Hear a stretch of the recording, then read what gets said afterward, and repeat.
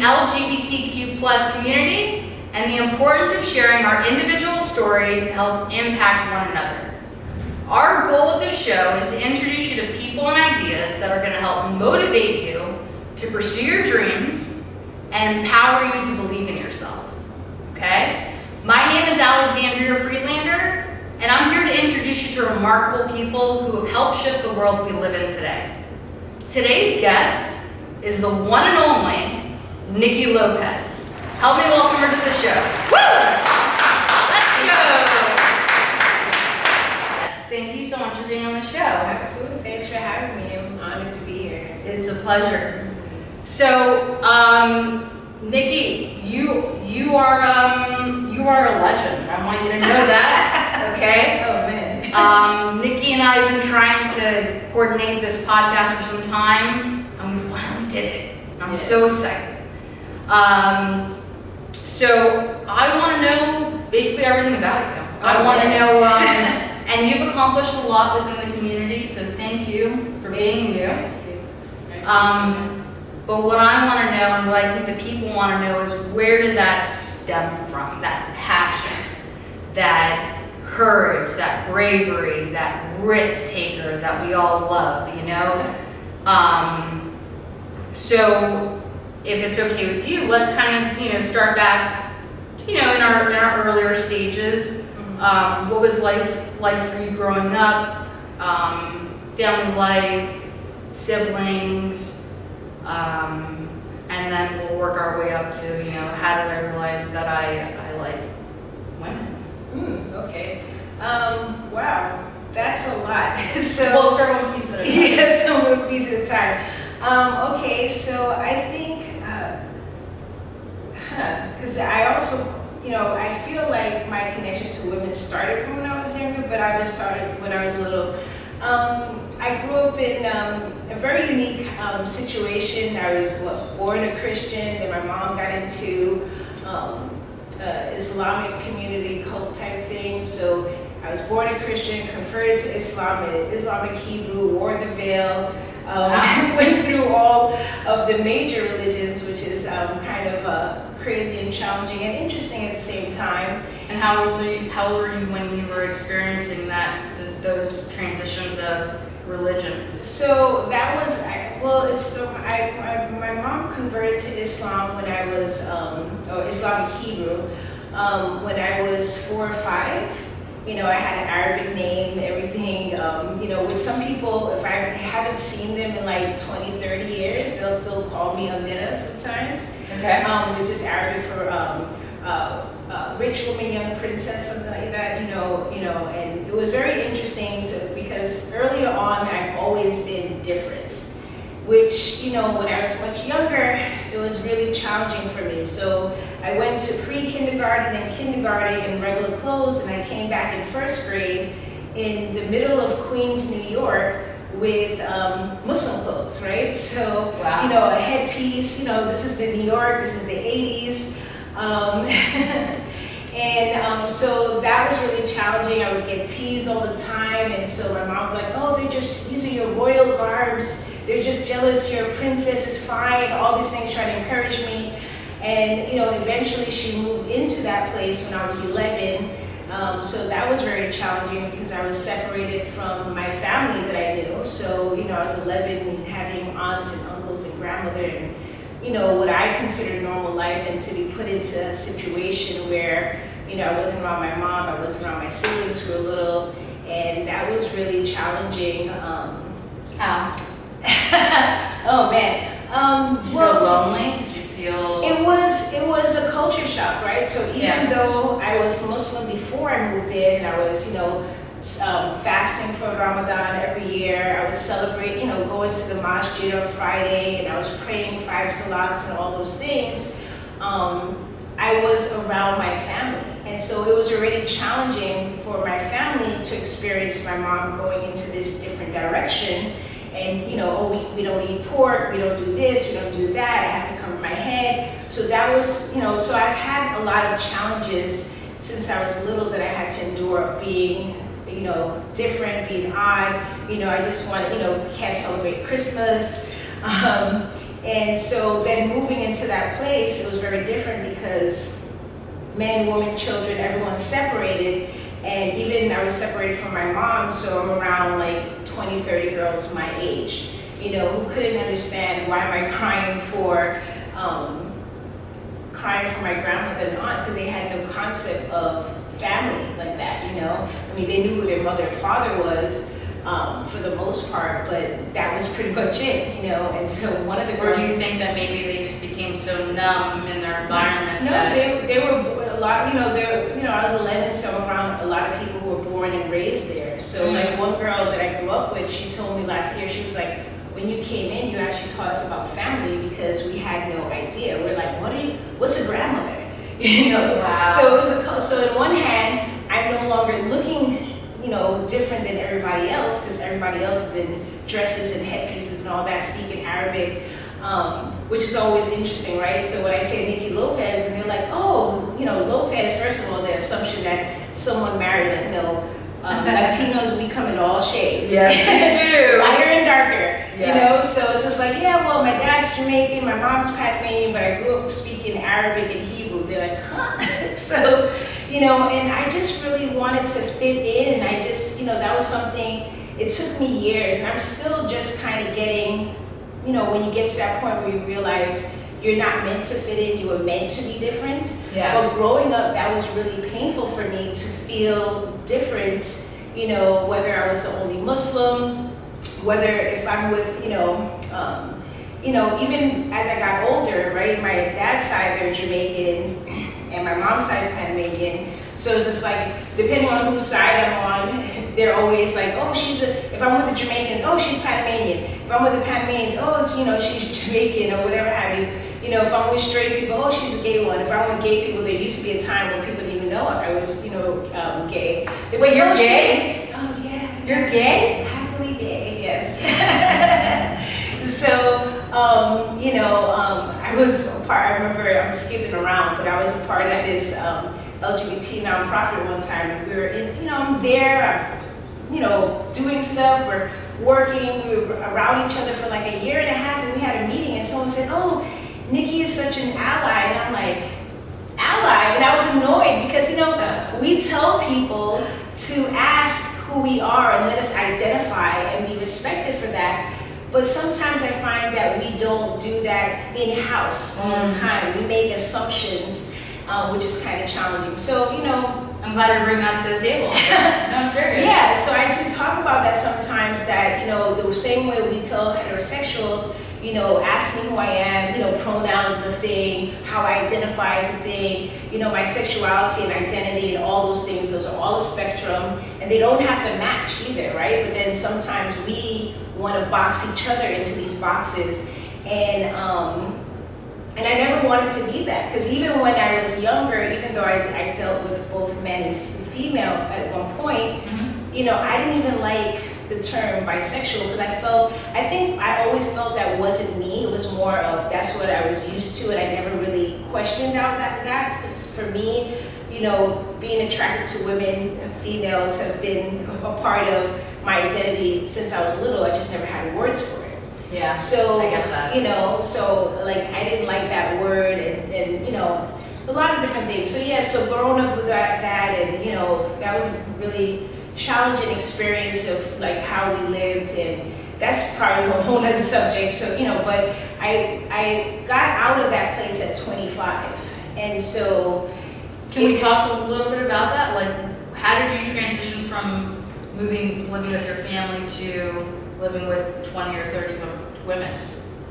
Well, at the time, at the time I was a little girl, so, you know, like we did everything together. We ate together, we slept together, we prayed together, we played together, we slept in H order.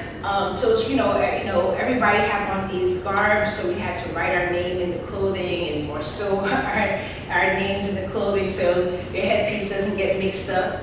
And so, you know, go into prayer and all this stuff like that. So we did a lot of things together. We had dance class. I mean, some of the things were fun. Like I always was into dance. So, and before the community, I wanted to do ballet, but my mom didn't want to put me in the ballet school because the ballet school, they wore the tutus that were short, and they would have picture day where they put on makeup, and Muslims are, especially back then, didn't do makeup. Your beauty is supposed to be for your family or your husband. Yes. So I was so excited when I moved in that the girls, they did ballet and belly dance, and I just jumped in. I was always very flexible.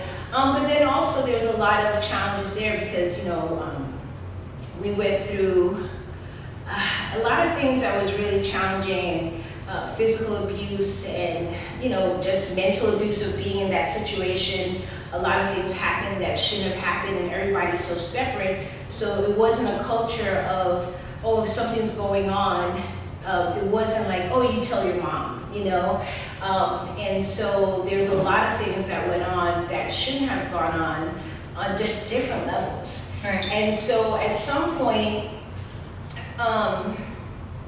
I've eventually adjusted to like, hey, that's the place that we're in, and there's nothing I could do. I kind of conformed to, what society was, what living there was, and things like that. And then we started getting into different religions, and got into more Hebrew things and Native American things and Egyptian things, and we're changing clothes.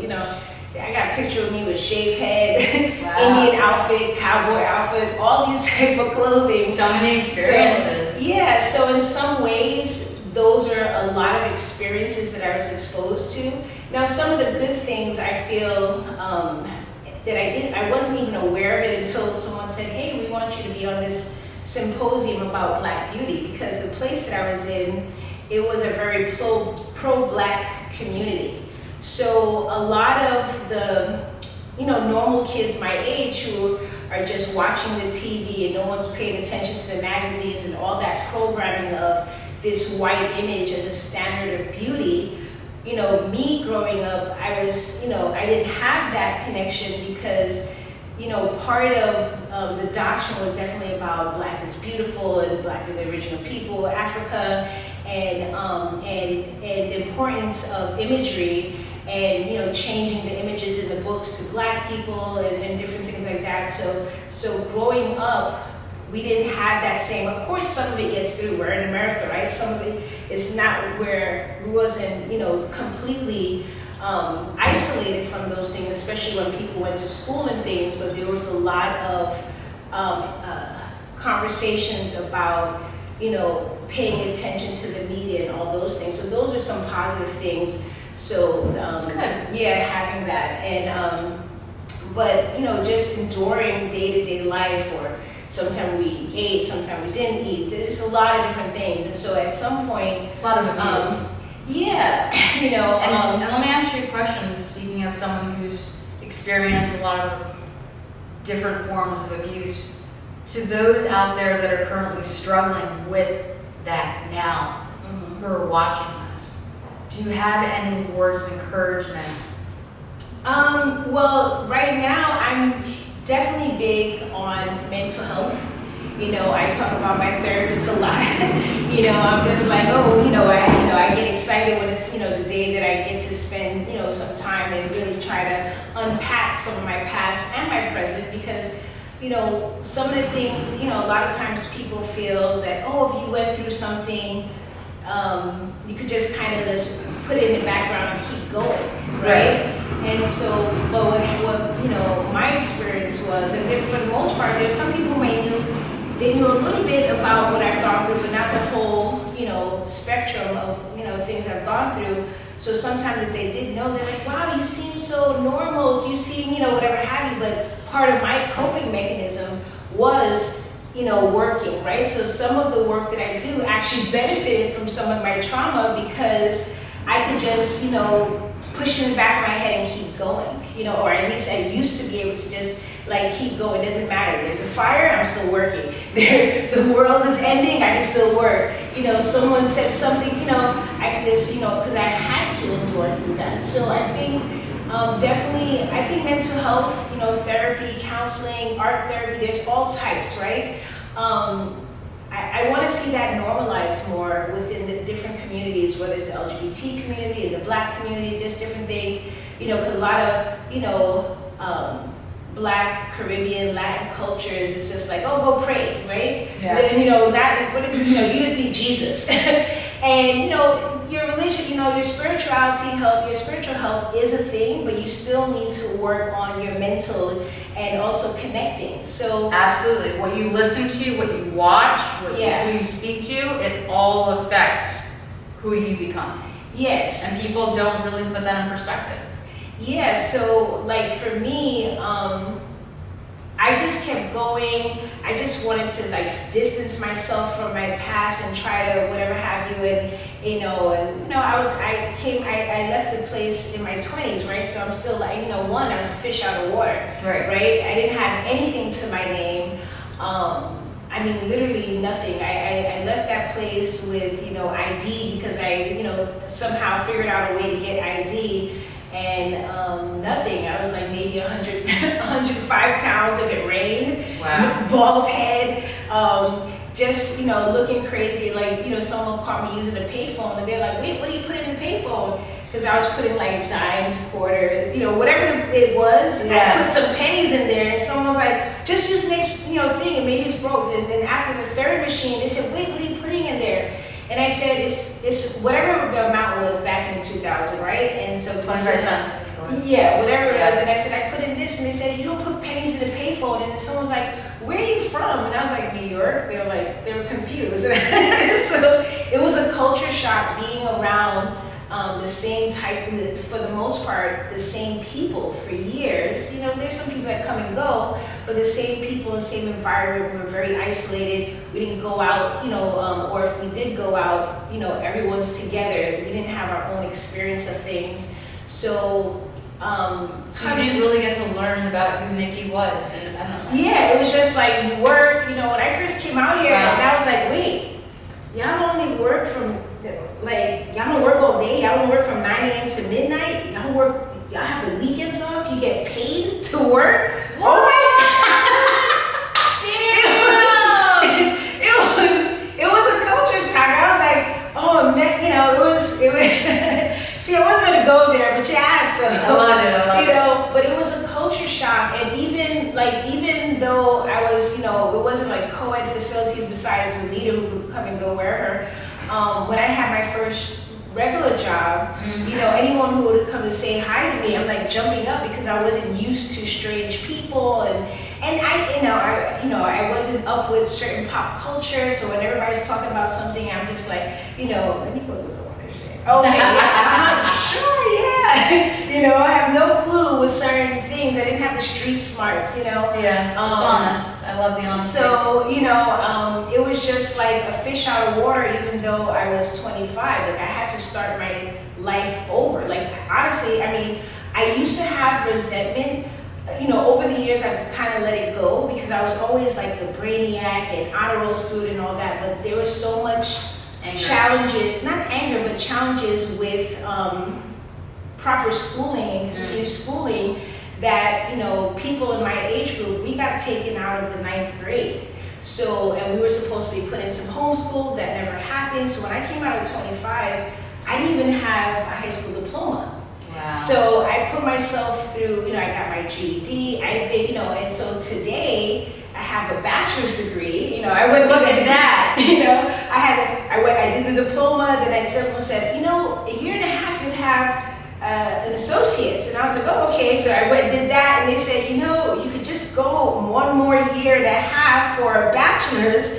But like there was a time that I didn't even feel comfortable saying that because I felt that it was something on me, and it wasn't. I wasn't on my I wasn't I was a child that was brought to a situation and had to learn how to live and cope and deal, right? So Your turmoil. Yeah. Situation. So it's mine to fix and try to heal myself, but I felt shame in saying, oh, I didn't have a high school diploma, or You did it. But people are like, wait a minute. Someone called me one time. They said, wait a minute. So you graduated from college? Like you did that yourself? And I couldn't see it because I was just so connected to but I didn't finish high return school, and what are people going to think about me? And I was, I was on the dean's list most of college, Get it, girl. Love it. Yeah. So, there was just a lot of transitions and a lot of things that I've had to do,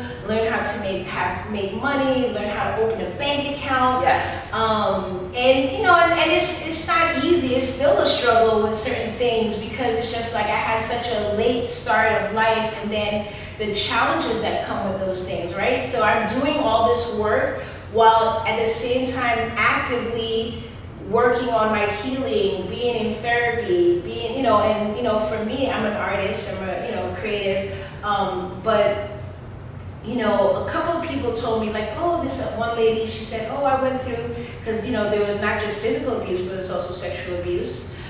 So one person who kind of knew a little bit about, what I went through, and she was also an artist as well, and she told me, oh, there's a center, you could get help, and I got some counseling, you should think about it. And I was like, yeah, thank you, kept it going, and doing my thing. And then, so, that happened. And then, I've had traditional jobs, but I've always felt like that was not for me, even if I liked the job. Like, I just, because I didn't want to really socialize. Sometimes work is, you have your work, but it's also a component of socializing. And I'm just like, I don't relate to anything y'all talking about. I don't watch TV. I don't have a TV in my home. So y'all talking about Game of Thrones. I'm saying, and when I'm saying, hey, on my lunch break, I went and I was on this panel talking about this, they're looking at me like I'm crazy. So it's just like, I always wanted to be independent, right? So whether it's a freelance, entrepreneur, social entrepreneur. Love that. Yeah, so, like I said, coming from a place where even though I worked really since I was like 14, there was no connection to getting paid for the work, right? And having a value because we were just like bodies, really. It wasn't about, oh, this is what you bring. Like the minute they saw that I could draw in the community, I was placed in the art department. I was placed in the, I was given things to do. Some things I didn't even know how to do, but I knew I couldn't say I can't do it. I knew it was up to me to figure it out, I love that. So let me ask you a question about figuring something out. Yeah. How did you figure out how to start making income? How to start overcoming these obstacles? Well, I think, I used to do some freelance. So years ago when I first came out, I had this telemarketing job and I didn't even want to draw, right? Because I used to do these pastel portraits for that community place. So I felt like there was a style that it did feel creative to me. And so I didn't have traditional, and that's also something that I used to resent, right? Like, oh, I was always a creative, and if I wasn't in that place, I would have, done what people do with creative kids, right? Put them in a creative art school. I was supposed to go to this high school that you had to show a portfolio to get in, but I wasn't able to do that. So that was even some resentment of like, oh, and rejection. Feeling insecure, like, oh, am I really an artist? Because most of the things I do is self-taught, trial and error. So, and I tell people, like, every penny that I make is from something that I've done for free at some point, and still today sometimes, that's, I do volunteer a lot. So, like, I used to work, and then I started freelancing doing graphic design, because that's something that I always knew I should do that in a place. Like the old school layout, and so I would do like business cards and all that.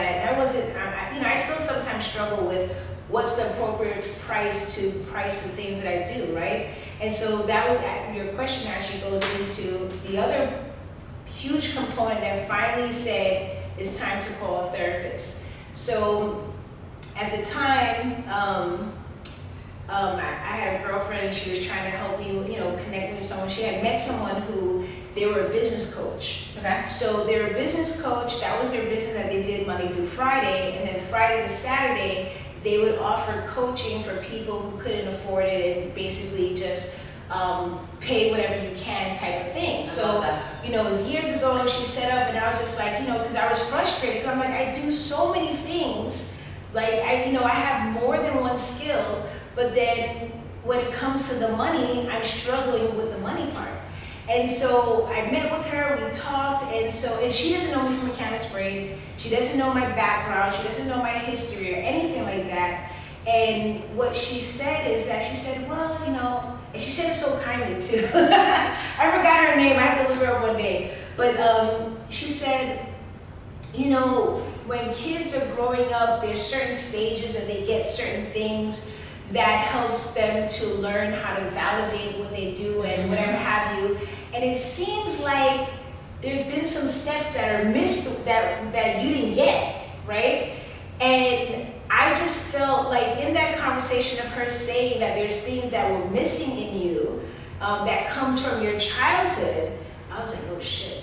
I called that number immediately because the next day, because this other artist gave me, she said, oh, there's a center, Nancy J. Kahneman Center, and they're funded through the county, and they provide free counseling service for anyone who's been sexually abused, molested, raped, anyone and their family except for the perpetrator. Because even like I had a couple family members and a partner got counseling through that, and so I finally went in and met with them and started kind of unpacking. And one of the things, and I felt like, oh yeah, the sexual abuse is a thing, right? Right. But what came up for me that I didn't even have words to, that I was also suffering from abandonment, right? So I went in there at 11 and I'm stripped from my family, and I didn't have access to my mom, and so some of the things that I've been holding inside is this feeling of abandonment,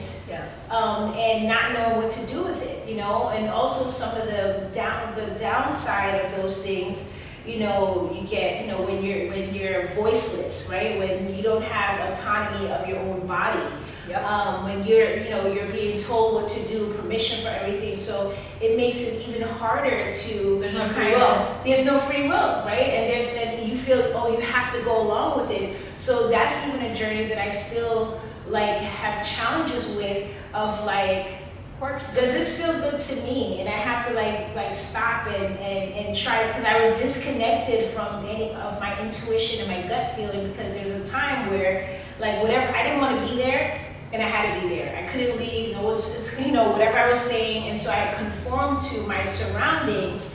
But also what it taught me is that I don't matter. My words doesn't matter. My body doesn't matter. My body's not mine. When I first had my first official partner after I left, and they were like, oh, what type of things you like, what, kind of, gets you, and I was like, I don't know, me? He thought, they thought I was a virgin, because I just didn't know what I liked. So someone who's been tampered with since they were 13, and now we're 25, and someone for the first time asked me, what do you like in the bedroom? And I was like, how did that make you feel?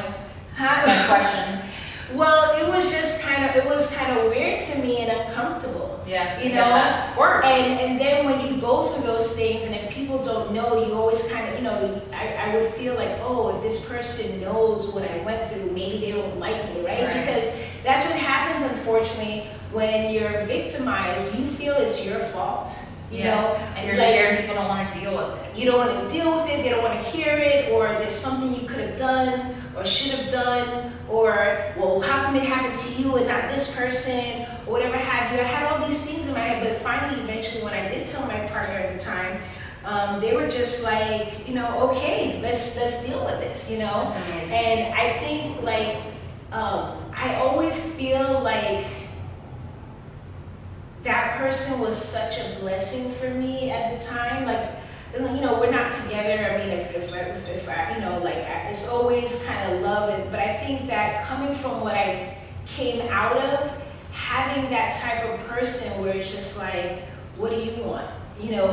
Your opinion. It would be frustrating to me, because I'm like, I don't know. Can you pick? And he was just like not letting me. Because you weren't accustomed to being your own person. Yeah, so it was frustrating, but at the same time, I feel like, because there's other girls who, that came out of that place, and they got caught up in so many things. They were like, some people went into,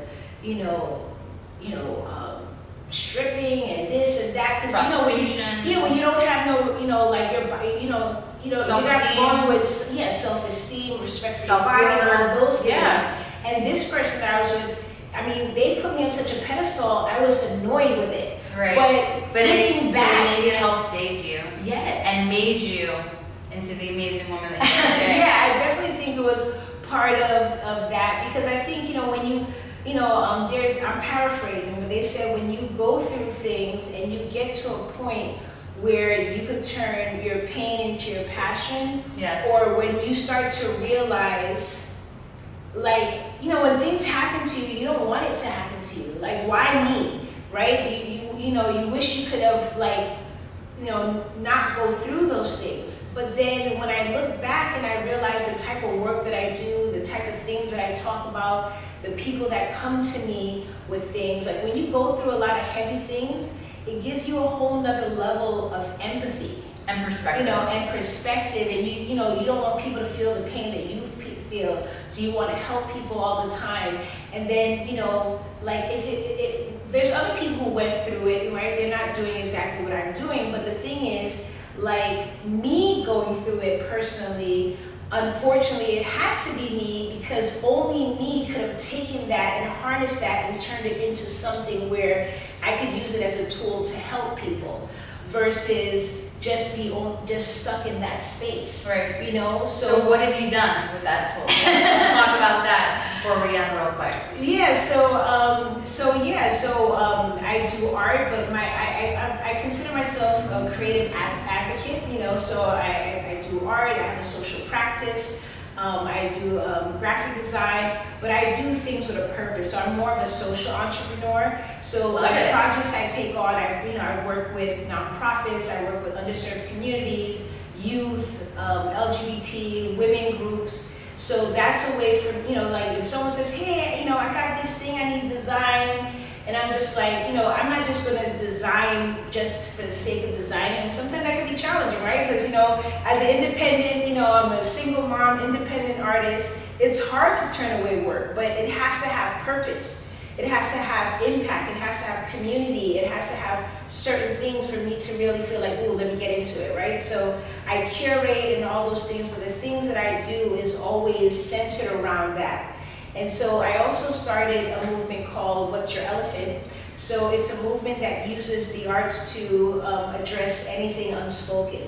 Okay. So I do art shows, I do artist talks. Wow. Awesome.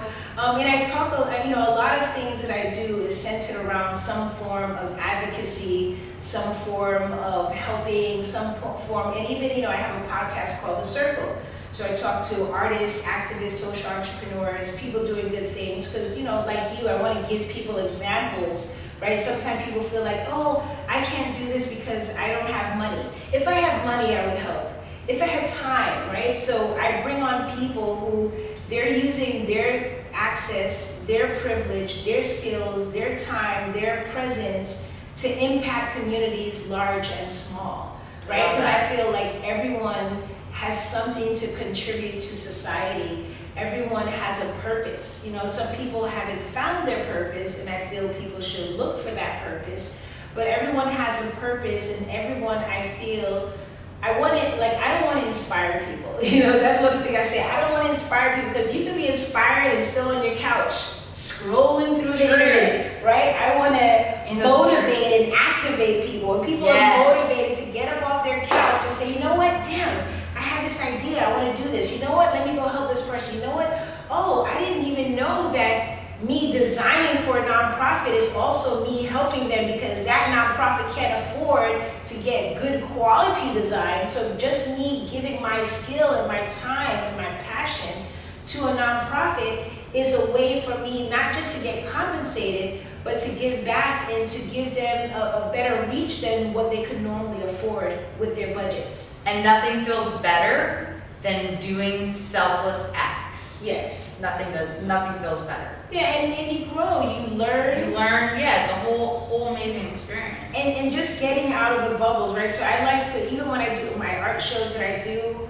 I purposely try to collaborate and bring in different people into the thing, right? Because as a society, I feel like, we tell people, oh, no, we got to normalize who we are, right? And I really strongly feel that we need exclusive spaces and we need inclusive spaces. Because sometimes we just need to be like, okay, y'all straight people, we have some gay stuff to talk about. Right? Sometimes hey, we got some women stuff to talk about. We got some Latin people stuff to talk about. We got black stuff to talk about. And then we also want to bring, because people get, I'm open, but they're in their little bubble, right? So when I collaborate and I create things, someone said, you're not just curating the art, you're curating people. And I was like, wow. You know. What a compliment. Yeah, I was just like, oh my God, you know. Niki Lopez is curating people, everybody. Oh man. That's awesome. So yeah, so it's just, you know, I do what I can. I love that. And you're doing a great job. Yeah, thank you. I appreciate that. One last question before we wrap this up, if that's okay. It's a big one. Uh-oh. So, and if you can't focus then. Okay. What is the legacy that you would like to leave behind? Oh, wow. That is a big one. It's a big question. I feel like we're always creating into our legacy, but I feel like